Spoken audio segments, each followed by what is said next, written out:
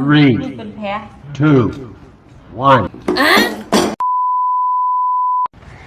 สวัสดีค่ะ ทุกคนมื้อนี้พี่สาวมาหาเมื่อวานเราเห็นเฮากินตำบักฮุงคือเป็นตาแซ่บแท้มันสิแซ่บอีหลีบ่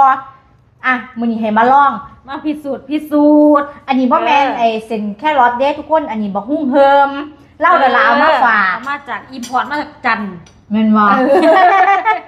ขนาดไปเที่ยวกันยังเอาของมาฝากน้องทุกคนมื้อนี้เราก็เลยอยากมาซิมจัดให้ให้ซิมบ่ที่นี่มื้อนี้ก็มีแคบหมูอีกแล้วซื้อแคบหมูหลายๆ ซิมเบิง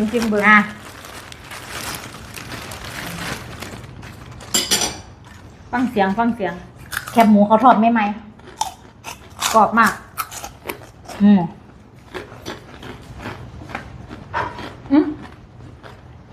เอาเส้นมาให้ ขออนุญาตใส่ซ่อนเด้อเพราะถนัดมือเป็นแพ้